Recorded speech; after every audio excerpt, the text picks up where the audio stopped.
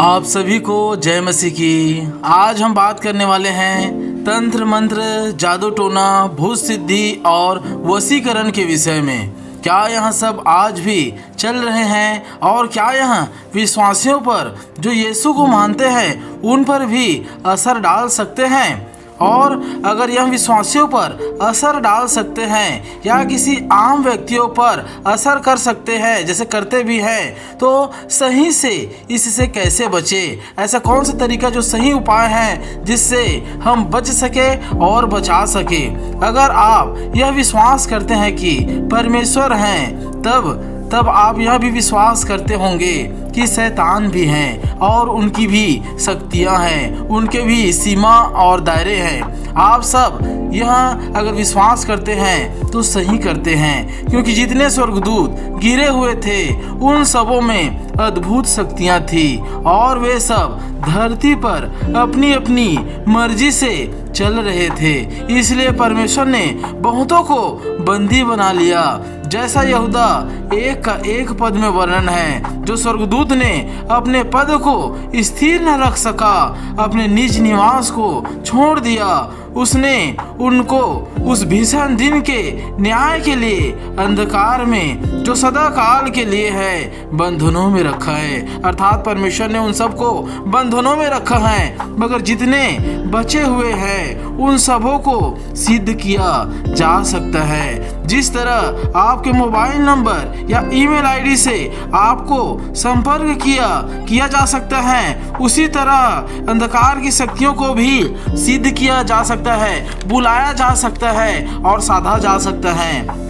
मंत्रों और सही नामों से बुलाया और भेजा जा सकता। किसी जगह पर बुलाना या किसी के घर में, किसी के शरीर में भेजा भी जा सकता है। जिस तरह पहले मिस्र में हुआ करता था और उसके आसपास के देशों में, जैसा व्यवस्था विवरण 18 का 9 वचन में लिखा है कि जब परमेश्वर उस देश में ले जा रहा था जिसे देने का वहाँ इसराइलियों को वाचा किया था, वाचा बांधा था और ले जाना चाहता था, वहाँ के लोगों को और उनके व्यवहारों को जब परमेश्वर देखा तो अपने दास के द्वारा अपने लोगों को कहलवाया, जब तू उस देश में पहुँचे जो तेरा परमेश्वर यहोवा तुझे देता है, तब वहाँ की जातियों के अनुसार घिनौना काम करने को ना सीखना।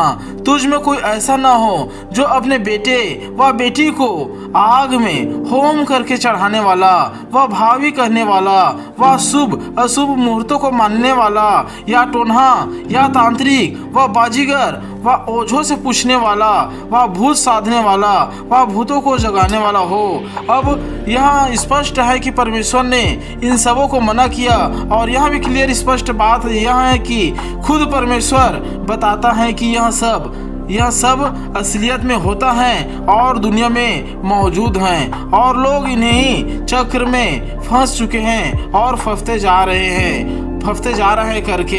इसलिए ज़्यादातर पंडित, तांत्रिक, जादूगर, भूतों को जगाने वाला, भूत साधने वाला, काम वासना में फंसे रहने वाला सब के सब अधिकतर मिस्र देश में था, और यमन, जॉर्डन, लेबनान, तुर्की, इजराइल में फैला हुआ था।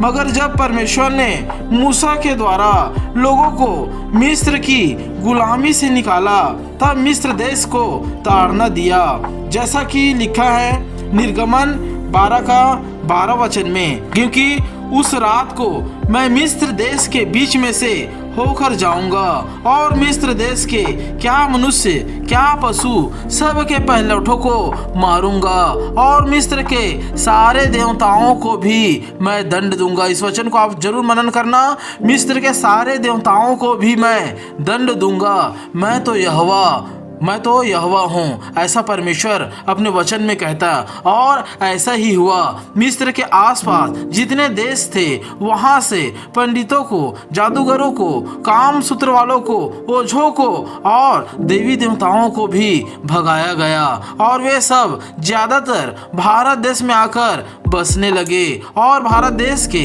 मूल निवासियों को बड़गलाना, बहलाना और वश में करना चालू कर दिए और वश में कर ही लिया। जैसा लिखा पहला शमूएल 28 अध्याय में कि जब साउल ने गलती किया परमेश्वर की दृष्टि में और अपनी इच्छा के अनुसार कुछ कार्य कर दिया और गलती में फंस गया, तब परमेश्वर उससे बात करना बंद कर दिया था।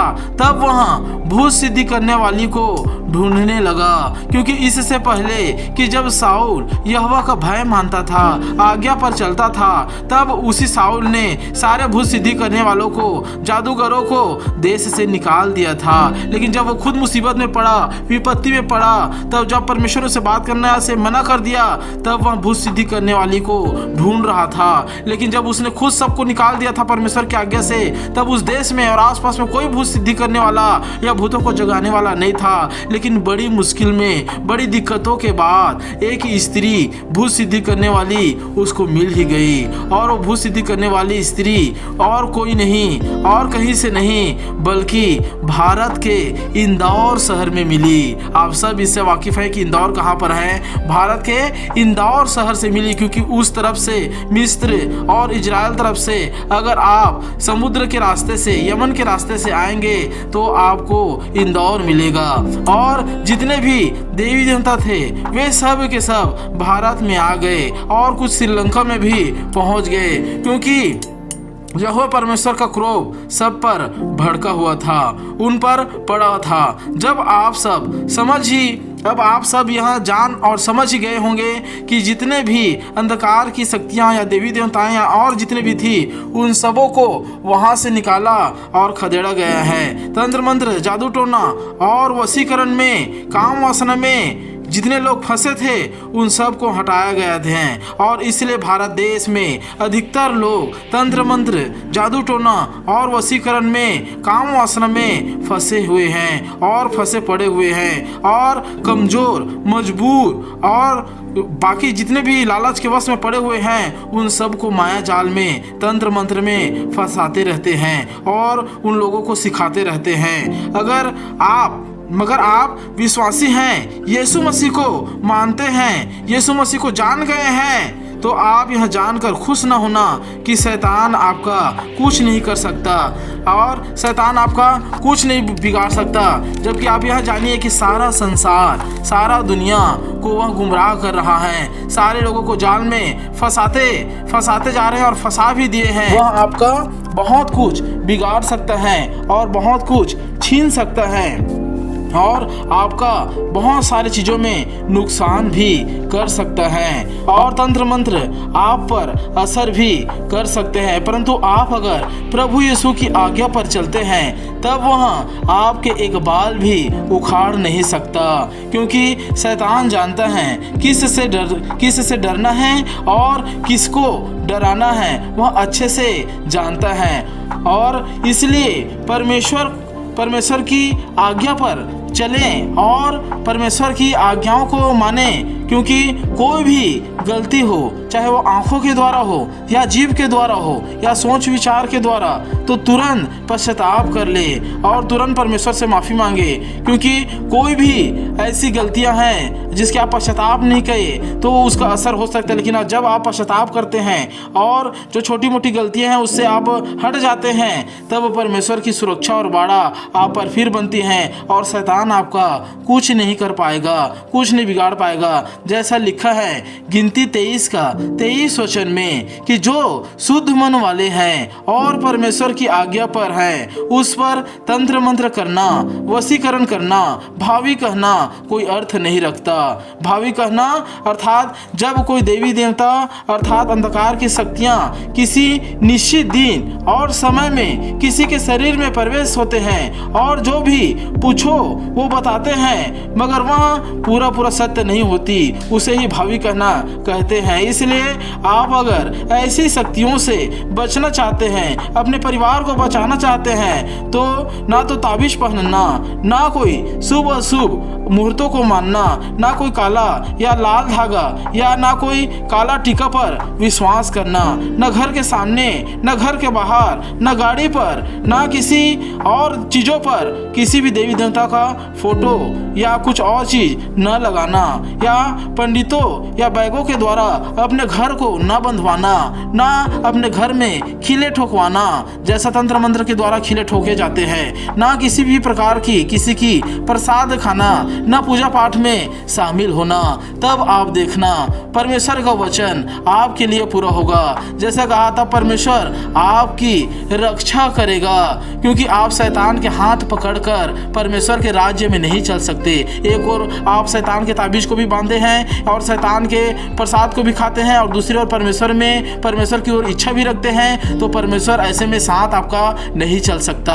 आप पुराने नियम को पढ़ेंगे तो कई बार परमेश्वर इस्राएलियों के साथ नहीं चला है, क्योंकि अर्पण की वस्तु को वो लोग रख लेते थे, इसलिए परमेश्वर उन सब से नाराज हो जाता था। इसलिए आप उन सारी चीजों से दूर हो और हट जाइए। यहोवा परमेश्वर कहता कि वो सब अशुद्धता में हैं और अशुद्ध तरीकों से चलते हैं, इसलिए परमेश्वर ने कहा, हे यहोवा के पात्रों को ढोने वालों, अपने को शुद्ध करो, क्योंकि मूर्तों के साथ परमेश्वर के मंदिर का क्या संबंध, क्योंकि हम तो जीवते परमेश्वर के मंदिर हैं। आप और हम जीवते परमेश्वर के मंदिर हैं। जैसा परमेश्वर ने कहा है कि मैं उनमें बसूंगा और उनमें चला फिरा करूंगा, और मैं उनका परमेश्वर होऊंगा और वे मेरे लोग होंगे। इसलिए प्रभु कहता कि उनके बीच में से दूर हो जाओ, उनके बीच में से निकल जाओ और दूर ही रहो, क्योंकि मैं तुम्हारा पिता होऊंगा। जब उनसे दूरी बनाकर रखोगे और आज्ञा पर चलोगे, तब मैं तुम्हारा पिता होऊंगा और तुम मेरे बेटे और बेटियां होंगे। यह सर्वशक्तिमान प्रभु परमेश्वर का वचन है। अब आप में से धन्य है वे लोग जो परमेश्वर की आज्ञाओं पर चलते हैं और उनसे दूर रहते हैं, क्योंकि यह वचन आप में से हर विश्वासी जान ले कि यहोवा ने भक्त को अपने लिए अलग कर रखा है, दृढ़ कर रखा है, और यहोवा परमेश्वर ही उसको संभालता है। इसलिए आप अगर उन हर एक चीजों से, अशुद्ध चीजों से दूर हैं, तो आप धन्य हैं और धन्य है आपका विश्वास। इसलिए आप जो बचे हैं, औरों को भी बचाने की आप कोशिश करें। प्रभु यहोवा आप सबके साथ रहे। आमीन।